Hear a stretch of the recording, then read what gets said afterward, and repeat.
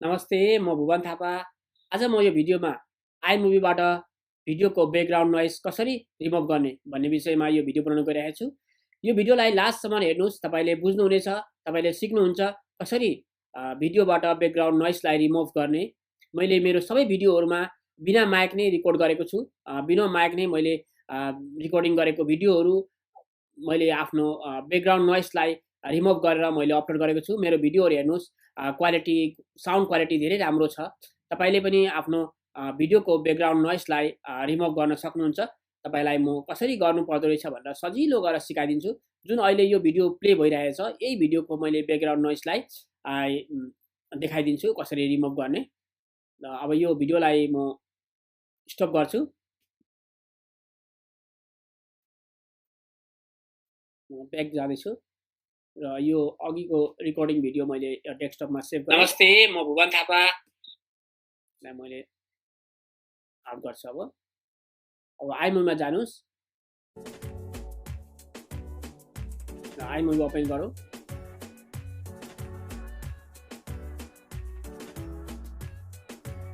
आइमुभी open भयो। अब तपाईँ त्यो कुनै पनि भिडियो तपाईँले सेलेक्ट गर्नुहोस्, कुन भिडियोलाई तपाईँ त्यसको ब्याकग्राउन्ड नोइज हटाउन चाहनुहुन्छ। यो भिडियो डेस्कटपमा छ। यो डेस्कटपको भिडियो मेरो यो अघि रेकर्डिङ गरेको भिडियो नै म तपाईँलाई त्यसैको ब्याकग्राउन्ड नोइज हटाइदिन्छु। इम्पोर्ट भयो। यो भिडियो यहाँ आइरहेको छ। भिडियोलाई मैले प्ले गरेर देखाइदिन्छु कस्तो नोइज आएको छ। नमस्ते, म भुवन थापा। आज म यो भिडियोमा आइमुभीबाट भिडियोको ब्याकग्राउन्ड नोइज कसरी रिमुभ गर्ने भन्ने विषयमा यो भिडियो बनाउन गइरहेको छु। यो भिडियोलाई लास्टसम्म हेर्नुहोस्, तपाईँले बुझ्नुहुनेछ, तपाईँले सिक्नुहुन्छ कसरी भिडियोबाट ब्याकग्राउन्ड नोइजलाई रिमुभ गर्ने। मैले मेरो सबै भिडियोहरूमा बिना माइक नै रेकर्ड गरेको छु। बिना माइक नै मैले रेकर्डिङ गरेको भिडियोहरू मैले आफ्नो ब्याकग्राउन्ड नोइजलाई रिमुभ गरेर मैले अपलोड गरेको छु। मेरो भिडियोहरू हेर्नुहोस्, क्वालिटी साउन्ड क्वालिटी धेरै राम्रो छ। तपाईँले पनि आफ्नो भिडियोको ब्याकग्राउन्ड नोइजलाई रिमुभ गर्न सक्नुहुन्छ। तपाईँलाई म कसरी गर्नु पर्दो रहेछ भनेर सजिलो गरेर सिकाइदिन्छु। जुन अहिले यो भिडियो प्ले भइरहेछ, यही भिडियोको मैले ब्याकग्राउन्ड नोइजलाई देखाइदिन्छु कसरी रिमुभ गर्ने। अब यो भिडियोलाई म स्टप गर्छु। हेर्नुहोस्, तपाईँले सुन्नुभयो, यो माझा कुनै कुनै ठाउँमा क्रिक क्रिक क्रिक क्रिक आवाज आइरहेछ, जुन चाहिँ ब्याकग्राउन्ड नोइज थियो। त्यो नोइजलाई अब कसरी हटाउने भन्दाखेरि तपाईँ आइमुभीमा जानुहोस्। यहाँ हेर्नुहोस्, धेरै आइकनहरू छ। यो आइकनलाई यहाँ देख्नुभयो होला, नोइज रिडक्सन एन्ड इक्वलाइजर। यो आइकनलाई चाहिँ तपाईँले क्लिक गर्नुहोस्। यो आइकनलाई क्लिक गरेपछि अब तपाईँले यसको यो साउन्डलाई हामीले नोइज ब्याकग्राउन्ड हटाउनु पर्ने छ नि त। अनि यसलाई यहाँ क्लिक गर्नुहोस्, माथि फोटोमा नभएर यसमा क्लिक गर्नुहोस्। अथवा यसलाई के गर्नु भने तपाईँले यसलाई सेपरेट गर्नुहोस्। पहिले उसलाई कन्ट्रोल थिचेर चाहिँ तपाईँले डिट्याच अडियो गर्न सक्नुहुन्छ। डिट्याच अडियो गरेपछि हेर्नु, यहाँ अडियो छुट्यो। यहाँ कतिपय ठाउँहरूमा चाहिँ तपाईँले क्लिक क्लिक गरेर आवाज सुन्नुहुन्छ। म तपाईँलाई देखाइदिन्छु। नमस्ते, म भुवन थापा।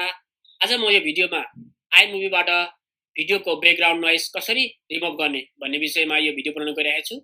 यो भिडियोलाई लास्टसम्म हेर्नुहोस्, तपाईँले बुझ्नुहुनेछ, तपाईँले सिक्नुहुन्छ कसरी भिडियोबाट ब्याकग्राउन्ड नोइजलाई रिमुभ गर्ने। मैले मेरो सबै भिडियोहरूमा बिना माइक नै रेकर्ड गरेको छु। बिना माइक नै मैले रेकर्डिङ गरेको भिडियोहरू, यसको रेकर्डिङ त्यति नराम्रो आएको छैन, तर ब्याकग्राउन्ड नोइज अलिअलि क्रिक क्रिक कतै कतै आवाज सुनिएको छ। त्यसलाई पनि हटाउन सकिन्छ।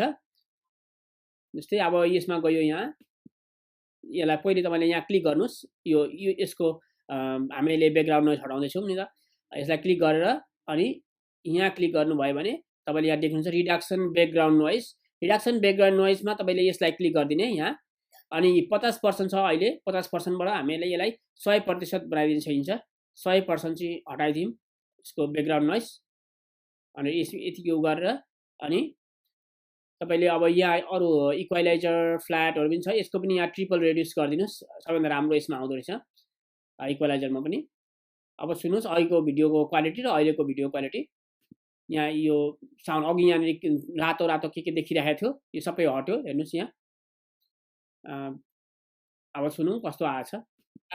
आज म यो भिडियोमा आइमुभीबाट भिडियोको ब्याकग्राउन्ड नोइज कसरी रिमुभ गर्ने भन्ने विषयमा यो भिडियो बनाउन गइरहेको छु। यो भिडियोलाई लास्टसम्म हेर्नुहोस्, तपाईले बुझ्नुहुनेछ, तपाईले सिक्नुहुन्छ कसरी भिडियोबाट ब्याकग्राउन्ड नोइजलाई रिमुभ गर्ने। मैले मेरो सबै भिडियोहरुमा बिना माइक नै रेकर्ड गरेको छु। बिना माइक नै मैले रेकर्डिङ गरेको भिडियोहरु मैले आफ्नो ब्याकग्राउन्ड नोइजलाई रिमुभ गरेर मैले अपलोड गरेको छु। मेरो भिडियोहरु हेर्नुहोस्, क्वालिटी साउन्ड क्वालिटी धेरै राम्रो छ। तपाईले पनि आफ्नो भिडियोको ब्याकग्राउन्ड नोइजलाई रिमुभ गर्न सक्नुहुन्छ। तपाईलाई म कसरी गर्नु पर्दो रहेछ भनेर सजिलो गरेर सिकाइदिन्छु। जुन अहिले यो भिडियो प्ले भइरहेछ, यही भिडियोको मैले ब्याकग्राउन्ड नोइजलाई देखाइदिन्छु कसरी रिमुभ गर्ने। अब यो भिडियोलाई म स्टप गर्छु। तपाईले सुनिहाल्नु भयो कति सजिलो गरेर चाहिँ ब्याकग्राउन्ड नोइज रिमुभ हुँदो रहेछ। हेर्नुस्, अघिको भिडियोको यहाँनेरि यो डाटाहरुको यसमा अघि कति के देखिराख्नु भएको थियो, अहिले यहाँ हेर्नुस् छैन, धर्काहरु केही पनि छैन। यी यसरी नै तपाईले आफ्नो भिडियोको ब्याकग्राउन्ड नोइजलाई रिमुभ गर्न सक्नुहुन्छ। मैले आजसम्म जति पनि मैले भिडियोहरु बनाएको छु, मैले बिना माइक नै बनाएको छु र मैले सबै ब्याकग्राउन्ड नोइजहरु यसरी नै हटाएर चाहिँ मैले अपलोड गरेको छु। तपाईले पनि यसरी ब्याकग्राउन्ड नोइज iMovie macbookबाट यसरी नै तपाईले ब्याकग्राउन्ड नोइज हटाउन सक्नुहुन्छ। तपाईलाई यो भिडियो कस्तो लाग्यो? यदि तपाईलाई यो भिडियो हेल्पफुल लाग्यो भने लाइक गरिदिनुस् र शेयर गरिदिनुस् र मेरो च्यानललाई सब्स्क्राइब गर्नुस् र अरु पनि भिडियोहरु छन् ती भिडियोहरु पनि हेर्नुस्। यति भन्दै बिदा चाहन्छु। बाइ।